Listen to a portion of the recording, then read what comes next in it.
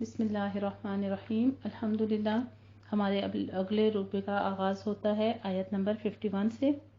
وَلَقَدْ آتَيْنَا إِبْرَاهِيمَ رُشْدَهُ مِن قَبْلُ وَكُنَّا بِهِ عَالِمِينَ، اور بلا شبہ اس سے بھی پہلے ہم نے ابراہیم کو اس کی دانائی دی تھی اور ہم اسے خوب جاننے والے تھے۔ جب اس نے اپنے باپ اور اپنی قوم سے کہا، یہ کیا مورتیاں ہیں جن کے لیے تم ہمیں مجاور بنا بیٹھے ہو؟ وہ کہنے لگے، ہم نے اپنے باپ دادا کو انہی عبادت کرتے ہوئے پایا۔ اس ابراہیم علیہ السلام نے کہا، بلا شبہ تم اور تمہارے باپ دادا کھلی گمراہی میں پڑے ہوئے ہو۔ انہوں نے کہا، کیا تم ہمارے پاس حق لے کر آئے ہو یا تو کھیلنے والوں میں سے ہے؟ قال بل ربکم رب السماوات والارض، اس ابراہیم علیہ السلام نے کہا، بلکہ تمہارا رب آسمانوں اور زمین کا رب ہے جس نے انہیں پیدا کیا، اور میں اس پر تمہارے سامنے گواہی دینے والوں میں سے ہوں۔ اور اللہ کی قسم، تمہاری پیٹھ پھیر کر چلے جانے کے بعد میں ضرور بھی ضرور تمہارے بتوں کے ساتھ ایک تدبیر کروں گا۔ یہ حضرت ابراہیم علیہ السلام نے اپنے دل میں عزم کیا تھا، اور بعض کو مخاطب کر کے کہا، بعض کہتے ہیں کہ آہستہ سے کہا، جسے بعض لوگوں نے سن لیا، واللہ عالم۔ لیکن یہی بتایا گیا ہے کہ جب وہ اس کے اہل و عیال جانے لگے تھے میلے پر، تو حضرت ابراہیم علیہ السلام کو ساتھ جانے کی ریکویسٹ کی اور کہا کہ چلو ہمارے ساتھ۔ انہوں نے کہہ دیا کہ میں بیمار ہوں، اور ان کے تاروں کی طرف دیکھتے ہوئے یہ بات کیا۔ وہ تو نجوم پرست تھے اس وقت کے لوگ جو تھے، وہ سمجھے کہ یہ بھی ہمارے ستاروں پر ہی ایمان رکھتا ہے کیونکہ ان کی طرف دیکھ کے بات کر رہا ہے۔ حالانکہ ابراہیم علیہ السلام کے دل میں یہی بات تھی کہ یہ کیسے ستارے معبود ہو سکتے ہیں۔ ان کے دل میں اس چیز کی جستجو تھی کہ اس کے پیچھے کوئی رب ہے جو نظام کو چلا رہا ہے، آج میں اس کی جانچ کر کے رہوں گا۔ تو پھر انہوں نے ان کے ساتھ جانے سے انکار کر دیا اور ان کے سامنے یہ بات بھی کہی تھی کہ میں نہیں جا رہا اور تمہارے بتوں کے ساتھ ایک تدبیر کروں گا۔ چنانچہ اس نے ان کے بڑے بت کے سوا ان سب کو ٹکڑے ٹکڑے کر ڈالا تاکہ وہ اس کی طرف رجوع کریں۔ وہ کہنے لگے، کس نے ہمارے معبودوں کے ساتھ یہ حال کیا ہے؟ بلا شبہ وہ ضرور ظالموں میں سے ہے۔ بعض کہنے لگے، ہم نے ایک نوجوان کو ان کا ذکر کرتے سنا تھا، اسے ابراہیم کہا جاتا ہے۔ انہوں نے کہا، پھر تم اسے لوگوں کی آنکھوں کے سامنے لے آؤ تاکہ وہ دیکھیں۔ انہوں نے کہا، اے ابراہیم، کیا تو نے ہمارے معبودوں کے ساتھ یہ کام کیا ہے؟ اس ابراہیم علیہ السلام نے کہا، نہیں، بلکہ یہ کام ان کے اس بڑے نے کیا ہے، لہٰذا تم اس سے پوچھ لو اگر وہ بولتے ہیں تو۔ پھر وہ اپنے نفسوں میں سوچتے ہوئے لوٹے اور باہم کہنے لگے، بے شک تم ہی ظالم ہو۔ ثم نکسوا علی رؤوسہم، پھر وہ شرمندگی کے مارے اپنے سروں کے بل اونڈے ہو رہے اور کہا، بلا شبہ تو جانتا ہے کہ یہ بت بولتے نہیں۔ اس ابراہیم علیہ السلام نے کہا، کیا پھر تم اللہ کے سوا ان کی عبادت کرتے ہو جو تمہیں کچھ نفع نہیں دے سکتے اور نہ تمہیں نقصان دے سکتے ہیں؟ اف لکم ولما تعبدون من دون اللہ، اف ہے تم پر، ان پر جن کی تم اللہ کے سوا عبادت کرتے ہو، کیا پھر تم عقل نہیں رکھتے؟ انہوں نے کہا، اگر تم کچھ کرنے والے ہو تو اس ابراہیم علیہ السلام کو جلا دو اور اپنے معبودوں کی مدد کر لو۔ یہاں پہ انہوں نے حضرت ابراہیم علیہ السلام کے خلاف خفیہ تدبیر کر دی اور ان کو مارنے کا ایک پلان بنا لیا، جس کی وجہ سے وہ چاہتے تھے کہ ہم اس کو جان سے ہی مار ڈالیں۔ اور انہوں نے کہا، اگر تم کچھ کرنے والے ہو تو اس کو جلا ڈالو۔ ہم نے کہا، اے آگ، تو ابراہیم علیہ السلام پر ٹھنڈی اور سلامتی والی ہو جا۔ یا نار کونی بردا وسلاما علی ابراہیم وارادوا بہ کیدا فجعلناہم الاخسرین۔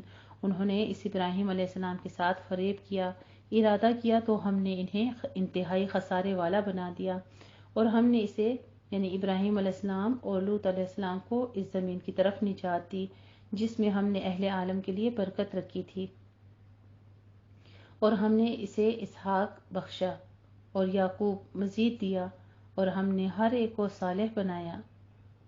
یعنی اس سے مراد ایک ملک ہے جو شام ہے، جسے شادابی اور پھلوں اور نہروں کی کثرت نیز انبیاء کا مسکن ہونے کے لحاظ سے بابرکت کہا گیا ہے۔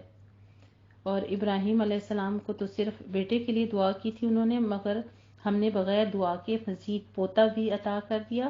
حضرت لوط علیہ السلام حضرت ابراہیم علیہ السلام کے برادرزاد بھتیجے اور حضرت ابراہیم علیہ السلام پر ایمان لانے والے اور ان کے ساتھ عراق سے ہجرت کر کے شام جانے والوں میں سے تھے۔ اللہ نے ان کو بھی علم و حکمت دی، یعنی نبوت سے نوازا۔ یہ جس علاقے میں نبی بنا کر بھیجے گئے اسے امورا اور صدوم کہا جاتا ہے۔ یہ فلسطین کے بحیرہ مردار سے متصل بجانب اردن کے ایک شاداب علاقہ تھا، جس کا بڑا حصہ اب بحیرہ مردار کا جز ہے۔ ان کی قوم لواطت جیسے فعل شنی گزرگاہوں پر بیٹھنے والے آنے جانے والے لوگوں پر آوازیں کسنا، انہیں تنگ کرنا اور ان کے اوپر ریزے پھینکنا وغیرہ میں بدنام تھی، جسے اللہ نے یہاں خبائث یعنی پلید کاموں سے تعبیر فرمایا۔ بالآخر حضرت لوط علیہ السلام کو اپنی رحمت میں داخل کر کے یعنی انہیں بچا کر قوم کو تباہ کر دیا۔ مفسرین نے یہ قصہ اس طرح بیان فرمایا ہے کہ یہ ایک شخص کی بکریاں دوسرے شخص کے کھیت میں رات کو جا گھسیں اور اس کی کھیتی چر گئی تھیں۔ حضرت داؤد علیہ السلام نے، جو پیغمبر ہونے کے ساتھ ساتھ حکمران بھی تھے، فیصلہ کر دیا کہ بکریاں کھیت والے لے تاکہ اس کے نقصان کی تلافی ہو جائے۔ حضرت سلیمان علیہ السلام نے اس فیصلے سے اختلاف کیا۔ یہ فیصلہ دیا کہ بکریاں کچھ عرصے کے لیے کھیتی کے مالک کو دے دی جائیں، وہ ان سے انتفاع یعنی فائدہ اٹھائے اور کھیتی باڑی کر لے، تاکہ وہ کھیتی کی آبپاشی اور دیکھ بھال کرے، اسے صحیح کرے۔ جب وہ اس حالت میں آ جائیں تو بکریوں کے چلنے سے پہلے تھی جو کھیتی والوں کو بکریاں اور بکریوں والوں کو بکریاں واپس کر دی جائیں۔ پہلے فیصلے کے مطابق دوسرا فیصلہ اس لحاظ سے زیادہ بہتر تھا کہ اس میں کسی کو بھی اپنی چیز سے محروم ہونا نہیں پڑا، جبکہ پہلے فیصلے میں بکریوں والا اپنی بکریوں سے محروم کر دیا گیا تھا۔ تاہم اللہ نے حضرت داؤد علیہ السلام کی بھی تعریف کی اور فرمایا کہ ہم نے ہر ایک کو، داؤد اور سلیمان علیہ السلام دونوں کو، علم اور حکمت سے نوازا تھا۔ امام شوکانی رحمہ اللہ تعالیٰ فرماتے ہیں کہ یہ دعویٰ صحیح نہیں ہے، کسی ایک معاملے میں دو الگ الگ متضاد فیصلے کرنے والے دو مجتہد بیک وقت دونوں مصیب نہیں ہو سکتے۔ ان میں ضرور ایک مصیب درست فیصلہ کرنے والا ہوگا اور دوسرا غلط فیصلہ کرنے والا۔ البتہ یہ الگ بات ہے کہ مجتہد مختی عند اللہ گناہگار نہیں ہوگا، بلکہ اسے ایک اجر ملے گا۔ یہاں پہ ہمیں واقعہ بتایا جا رہا ہے جس بارے میں اسی کا تھوڑا سا میں نے آپ کو تفسیر بتایا، تھوڑا افعال بیان کیا ہے۔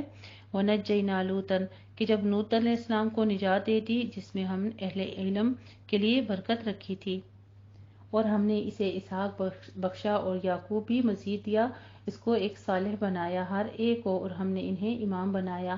وہ ہمارے حکم سے لوگوں کو راہ ہدایت پر لاتے تھے، اور ہم نے ان پر نیکیاں قائم کرنے والے، نماز قائم کرنے والے اور زکوٰۃ دینے کی وحی کی، اور وہ ہمارے عبادت گزار بندے تھے۔ اور ہم نے لوط کو حکم نبوت اور علم دیا، اور ہم نے اسے اس بستی سے نجات دی جو اس کے باشندے بدکاریاں کرتے تھے، بلکہ وہ بہت ہی برے اور نافرمان لوگ تھے۔ اور ہم نے اس لوط کو اپنی رحمت میں داخل کیا، بے شک وہ صالحین میں سے تھا۔ اور نوح کو بھی یاد کریں، جب اس سے پہلے اس نے ہمیں پکارا تو ہم نے اس کی دعا قبول کی، چنانچہ ہم نے اسے اور اس کے اہل مومنوں کو بھی بہت بڑے غم سے نجات دی، اور ہم نے اس کی مدد کی اس قوم کے خلاف جس نے ہماری آیات کو جھٹلایا تھا، بے شک وہ برے لوگ تھے، لہٰذا ہم نے ان سب کو غرق کر دیا۔ اور یاد کریں داؤد علیہ السلام اور سلیمان علیہ السلام کو، جب وہ دونوں اس کھیتی کے بارے میں فیصلہ کر رہے تھے جسے رات کو ایک قوم کی بکریاں چر گئی تھیں، اور ہم ان کے فیصلے کے شاہد تھے، چنانچہ ہم نے وہ فیصلہ سلیمان علیہ السلام کو سمجھا دیا، اور ہر ایک کو ہم نے حکم نبوت اور علم دیا، اور ہم نے داؤد علیہ السلام کے ساتھ پہاڑ اور پرندے مسخر کیے تھے۔ اس سے مراد یہ نہیں کہ پہاڑ ان کی تسبیح کی آواز سے گونج اٹھتے تھے، کیونکہ اس میں تو کوئی اعجاز ہی باقی نہیں رہتا کہ ہر ایک کی اونچی آواز سے پہاڑ داؤد علیہ السلام کی پرسوز آواز سن کر اللہ کی تسبیح بیان کرنے لگتے۔ یعنی صرف اور صرف یہ نہیں تھا کہ حضرت داؤد علیہ السلام جب اللہ کی کلام پڑھنے لگتے تھے تو ایسی گونج پیدا ہوتی تھی جس کے ساتھ پہاڑ اور دریا، چرند پرند سب ساتھ میں پکار اٹھتے تھے اللہ کی حمد و ثنا، بلکہ مطلب حضرت داؤد علیہ السلام کی تسبیح کے ساتھ پہاڑوں کا بھی تسبیح پڑھنا نیز یہ مجازن نہیں حقیقتاً تھا، جب حضرت داؤد علیہ السلام تسبیح بیان کرتے تھے تو ساتھ ساتھ پرندے بھی مسخر ہو جاتے تھے، وہ بھی جھک جایا کرتے تھے اور اللہ کی تسبیح بیان کرنا شروع کر دیتے تھے، اور یہ ہم ہی کرنے والے تھے، اور ہم نے اسے تمہارے لیے ذرہ بنانا سکھا دیا تھا تاکہ تمہاری لڑائی کی تکلیف سے تمہیں بچائے۔ پھر کیا تم شکر کرنے والے ہو؟ اور ہم نے سلیمان کے لیے تند و تیز ہوا مسخر کر دی، وہ اس کے حکم سے اس سرزمین کی طرف چلتی تھی جس میں ہم نے برکت رکھی تھی، اور ہم ہی ہر چیز کو خوب جاننے والے ہیں۔ وَمِنَ الشَّيَاطِينِ مَن يَغُوصُونَ لَهُ وَيَعْمَلُونَ عَمَلًا، اور کئی شیطان بھی تابع کیے تھے جو اس کے لیے سمندر میں غوطہ لگاتے اور اس کے علاوہ بھی کئی کام کرتے تھے، اور ہم ہی ان کے نگران تھے۔ اور یاد کریں ایوب علیہ السلام کو، جب اس نے اپنے رب کو پکارا کہ بے شک مجھے تکلیف پہنچی ہے۔ وَأَنْتَ أَرْحَمُ الرَّاحِمِينَ، یہ بھی بہت پیاری دعا ہے۔ اِذْ نَادَىٰ رَبَّهُ أَنِّي مَسَّنِيَ الضُّرُّ وَأَنْتَ أَرْحَمُ الرَّاحِمِينَ، جب کوئی تکلیف ہو، غم ہو، پریشانی ہو تو اللہ کے حضور ہی دعا کیا کریں کہ بے شک مجھے تکلیف پہنچی ہے اور تو سب رحم کرنے والوں سے زیادہ رحم کرنے والا ہے۔ فَاسْتَجَبْنَا لَهُ فَكَشَفْنَا مَا بِهِ مِن ضُرٍّ، چنانچہ ہم نے اس کی دعا قبول کی اور جو بھی تکلیف اسے تھی اس کو ہم نے دور کر دیا، اور ہم نے اسے اس کے اہل و عیال بھی دیے اور اپنی طرف سے مہربانی بھی۔ قرآن مجید میں حضرت ایوب علیہ السلام کو صابر کہا گیا ہے۔ اس کا مطلب یہ ہے کہ انہیں سخت آزمائشوں میں ڈالا گیا جن میں انہوں نے صبر و شکر کا دامن ہاتھ سے نہیں چھوڑا۔ یہ آزمائشیں اور تکلیفیں کیا تھیں، اس کی مستند تفصیل تو نہیں ملتی، تاہم قرآن کے انداز بیان سے معلوم ہوتا ہے کہ اللہ تعالیٰ نے انہیں مال و دولت اور اولاد وغیرہ سے نوازا ہوا تھا۔ بطور آزمائش اللہ تعالیٰ نے ان سے یہ سب نعمتیں چھین لی، حتیٰ کہ جسمانی صحت سے بھی محروم اور بیماریوں میں گھر کر رہ گئے۔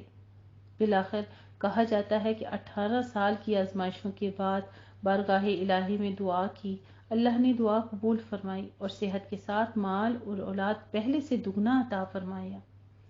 اس کی کچھ تفصیل صحیح ابن حبان کی ایک روایت میں ملتی ہے۔ شکوہ، شکایت اور جزا فضا صبر کے منافی ہے، یعنی جس کا اظہار حضرت ایوب علیہ السلام نے کبھی نہیں کیا، البتہ دعا صبر کے منافی ہے، اسی لیے اللہ تعالیٰ نے اس کے لیے ہم نے قبول کر لی کے الفاظ استعمال فرمائے ہیں۔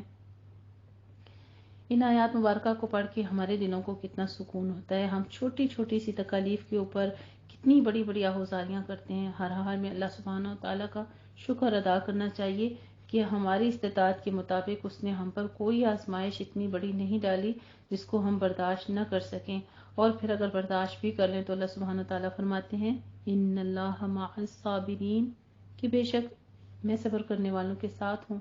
پھر اگر رب کا ساتھ چاہیے اور اس مہربان ذات کی قرب چاہیے تو پھر صبر کرنا پڑے گا چھوٹی موٹی تکالیف کے اوپر، کیونکہ اللہ سبحانہ تعالیٰ اسی کلام قرآن مجید میں فرماتے ہیں کہ وہ کسی جان پر اس کی استطاعت سے بڑھ کے بوجھ نہیں ڈالتا، جتنے اس نے جس کے لیے درجے بلند رکھے ہوتے ہیں صرف اتنی ہی اس پر آزمائشیں ڈالی جاتی ہیں اور پرکھا جاتا ہے اس کو کہ کیا وہ ثابت قدم رہتا ہے کہ نہیں۔ اللہ سبحانہ تعالیٰ ہمیں ہر چھوٹی بڑی تکلیف کے اوپر ثابت قدمی عطا فرمائے اور اپنی بارگاہ میں سرخرو کرے، کبھی کسی آزمائش کسی امتحان میں ناکام نہ کرے، بس اس کے حضور ہمیں کامیابیاں چاہیے۔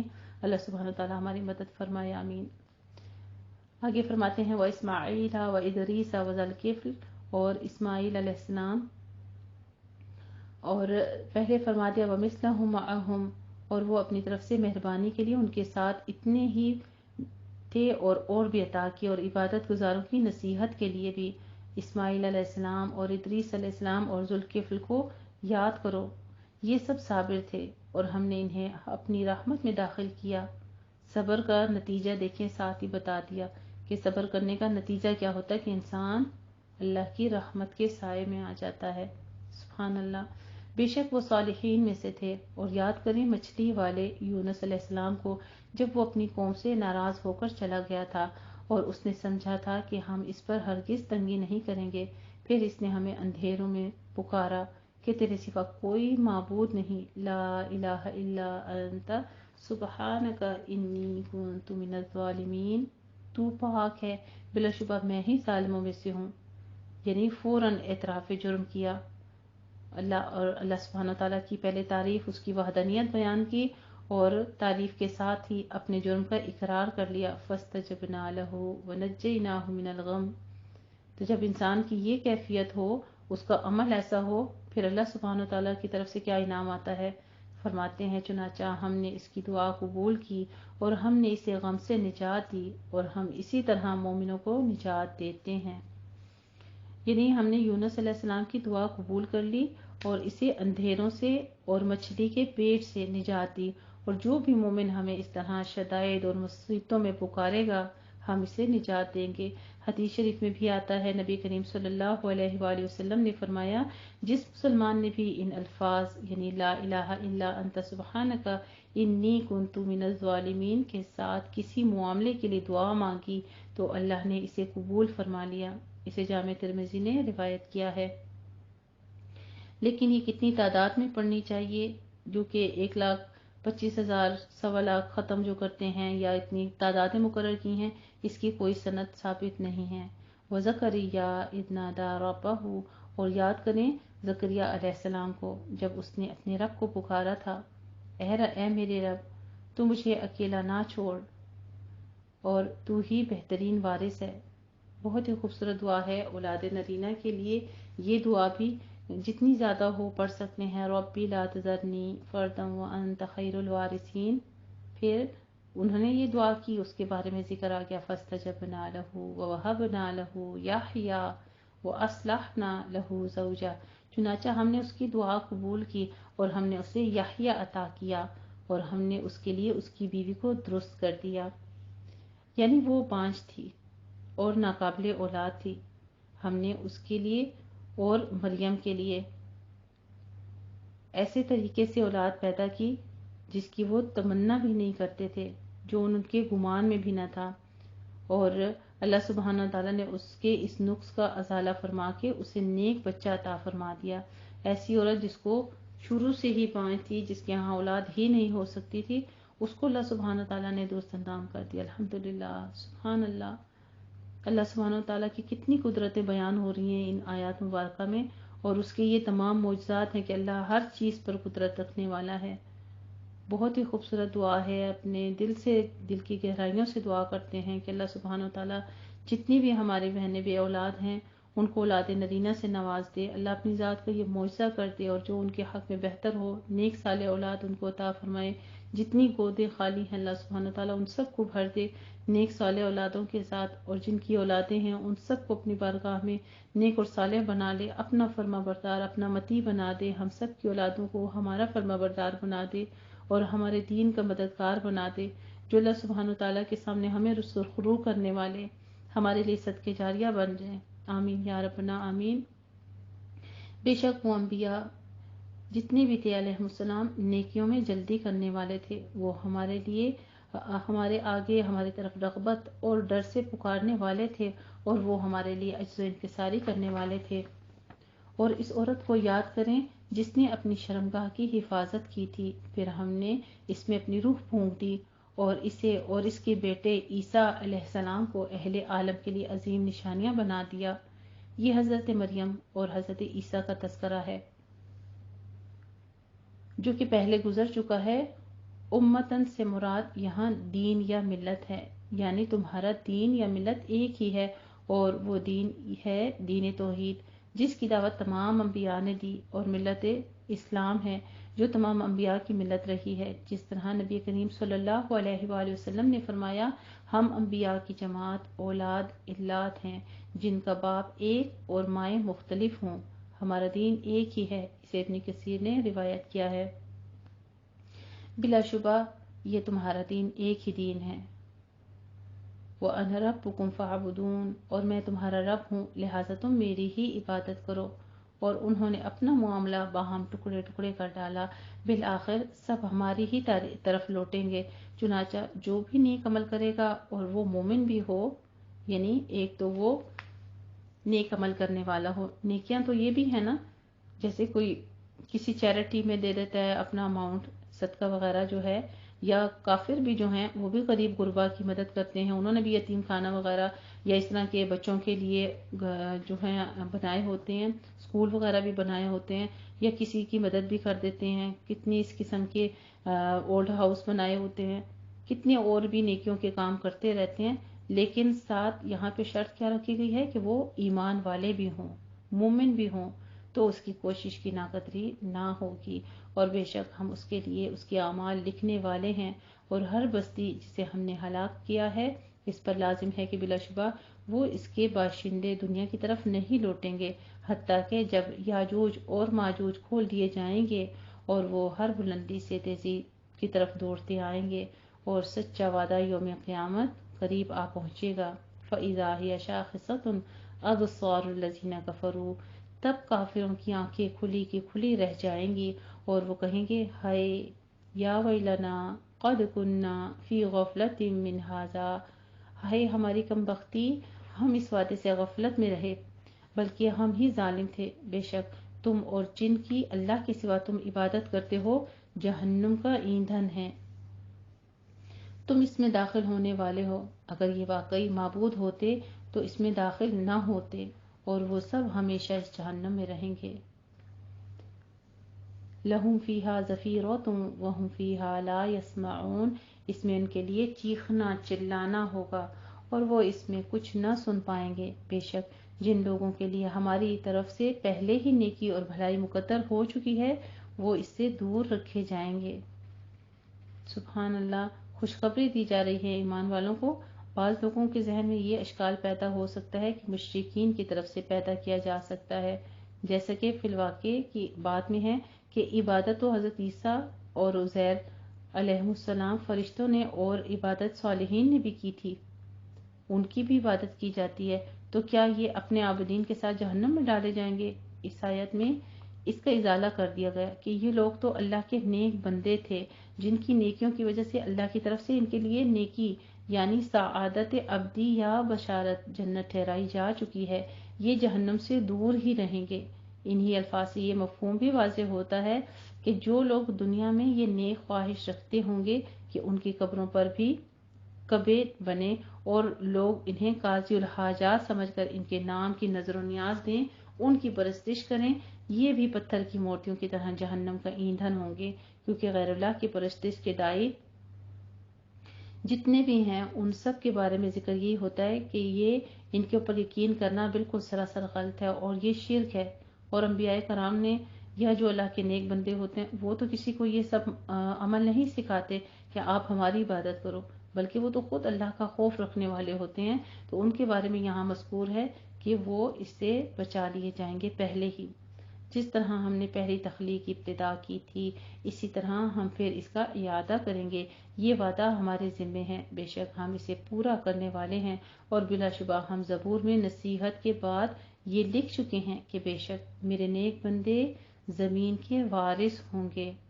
سبحان اللہ۔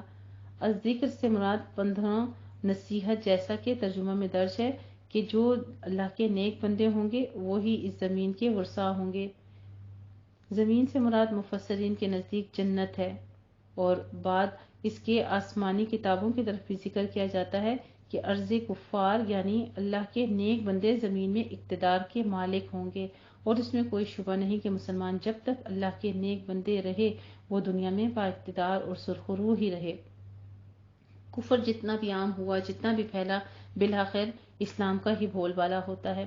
بلا شبہ اس بات میں ہمارے عبادت گزار بندوں کے لیے ایک اطلاع ہے۔